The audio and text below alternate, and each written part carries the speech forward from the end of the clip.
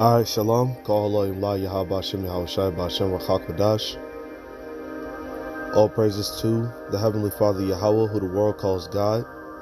B'Shem means in the name. Yahushai is the name of the Son, who the world calls Jesus Christ. B'Shem Rachakwadash means in the name Holy Spirit.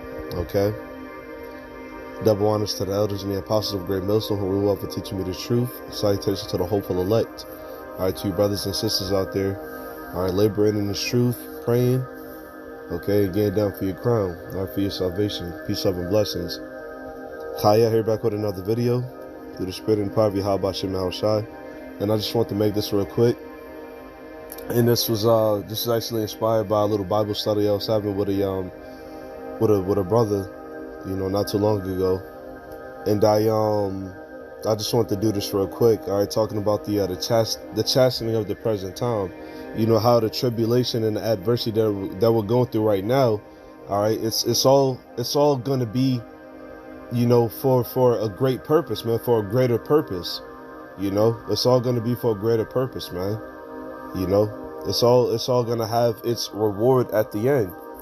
All right, because one thing we got to keep in mind, as long as we're in this truth, man, we're going to have a grand reward if we continue to stand and fight. All right, spiritually fight, man. Fighting against what? The darkness of this world, the dark rulers of this world, man. All right, the spiritual wickedness in high places, fighting against the flesh, fighting against our own selves, man. The wickedness within our own selves. We got to continue to fight. We got to continue to battle these elements. And what? It's not fun doing so. Okay. However, we know that at the end of it, once again, there's going to be a grand reward, man. There's going to be a great reward at the end, and that's that salvation. Lord's willing, we are of the elect. We're going to receive that salvation on the first round if we continue to fight. Okay.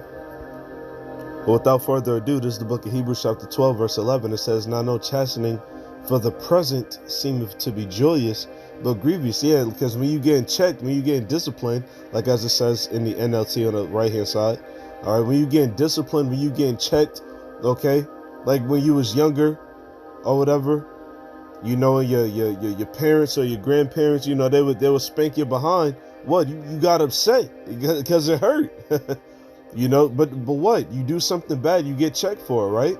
Now it hurts at the point in time. But what do they always say? This is gonna hurt me a lot more than it's gonna hurt you. This hurts me more than it hurts you. All right. It's the same thing with the Heavenly Father and the Son. The Lord has to check us. All right. The Lord has to correct us so that way, we could be more correct. So that way we could be better. So we could be more right. All right. But it's not fun in the moment. It's not joyous. It's very grievous. When we face adversity, when we catch hell, it's not fun, man, at all. Not by any means. But we have to. All right. That's why it says, but grievous. Nevertheless, afterward it yieldeth the peaceable fruit of righteousness unto them which are exercised thereby. All right. Now in the NLT on the right hand side, it says, no discipline is enjoyable while it is happening. It's painful. But afterward, there will be a peaceful harvest of right living for those who are trained in this way. All right. Because what? If you love your child, you're going to discipline them, which this chapter talks about that. But I'm not going to go into the whole thing, of course. All right. This chapter talks about that. All right. The scriptures say what? Train up a child in the way he should go. As a matter of fact, let me hop on that real quick. All right. In the book of Proverbs, chapter 22. I believe it was verse 6. Yep, kind. It says, Proverbs 22:6, it says, train up a child in the way he should go, and when he is old, he will not depart from it. And a part of that training is what? Receiving discipline, receiving instruction. Okay? When you train up your child, or what? You put them to the test, man. You put them in straights. Okay, you put them in straights. All right, so that way, what? They could, have a better outcome when they get older. All right, you train them up in the ways of righteousness, then what? They'll typically turn out to be righteous. And that's why this truth is so important. Knowing that you're an Israelite is important. Receiving correction and discipline is important.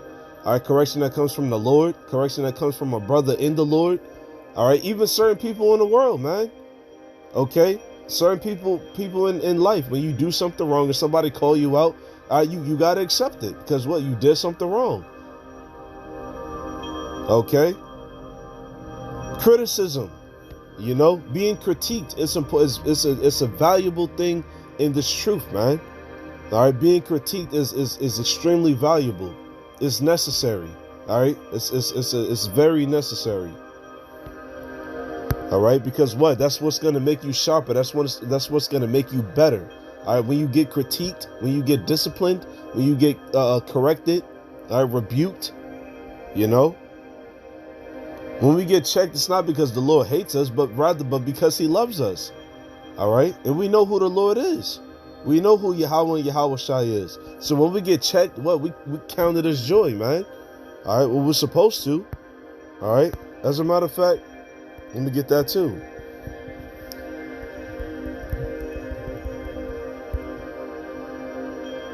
Let me see. James 1 and 2. It says, "My brethren, count it all joy when you fall into diverse temptations, knowing this, that the trying of your faith worketh patience." All right, so there you go. Okay. So when we fall into these diverse temptations and tribulations and adversities and, you know, troubles on every side, all right, we got to count it joy, man. All right.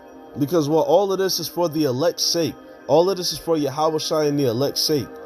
All right. That's why we you know what I'm saying? And the real and true, the even more pure and true adversity comes when we start getting persecuted and chased out of the cities, chased off the highways and the byways, man. All right, that's the real adversity, when we really start getting persecuted, okay, for this truth. Because what? Then the Lord is gonna. Because then what? It's going to be shown. It's going to be revealed who was down for the Lord and who's not. All right, we didn't go through anything yet, which is also what, you know, Hebrews the 12th chapter talks about. All right, we haven't gone through anything yet. You know, I mean, yeah, we building up. We're prepared for these times. We are going through different experiences. All right, but we haven't truly faced anything yet. The scriptures say what? We haven't resisted unto blood. That's actually in this chapter. But once again, I'm not gonna pull it. All right. But what? We're gonna yield that peaceable fruit of righteousness, man. So don't worry about don't worry about the hell that you're catching on the side. Don't worry about it too much. Be mindful of it, acknowledge it, accept it, okay? But remember that we have a reward. We have to remember that we have a great reward at the end of the day, man. There's a light at the end of the tunnel. You know, not to sound, you know, cliche or what have you. All right, but there is a light at the end of the tunnel, man. All right, we're gonna make it through all of this. All right, let me get this. All right, in the book of Romans, what was it, chapter 8, verse 18, it says, "For I reckon that the sufferings of this present time are not worthy to be compared with the glory which shall be revealed in us." All right, the sufferings of the present time. You know, maybe you and a brother had a falling out. Maybe you had a falling out with your you know, your family in the flesh. Maybe you lost your job. All right, maybe you lost your shorty, or whatever the case. You know, maybe a relative or some relatives died along the way. Okay. Maybe you suffering maybe you suffering from some type of illness, whatever it is, man. All right, the sufferings, the things that happen to us in the present time in this life, man, it's not worthy to be compared to what's gonna to the glory that we're gonna obtain in the kingdom. Okay, nothing compared to the greatness that we're gonna have. You know, greatness that we won't even be able to imagine. You know.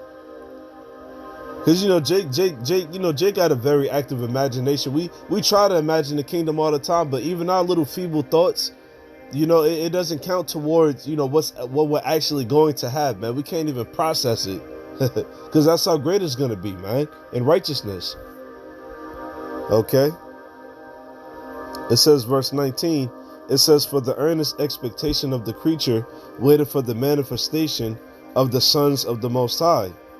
Okay, and what the Most High is going to raise us up to be His sons. He's raising us up to be His sons. Okay, right along with Yahweh Shai. All right, we're waiting for that raising up. You know, Lord's willing, we are of the elect, man. We're waiting for that raising up. You know, we want to be a part of that. All right, the first go round. You know, we want to be able to enjoy the kingdom. We will be able to enjoy the kingdom.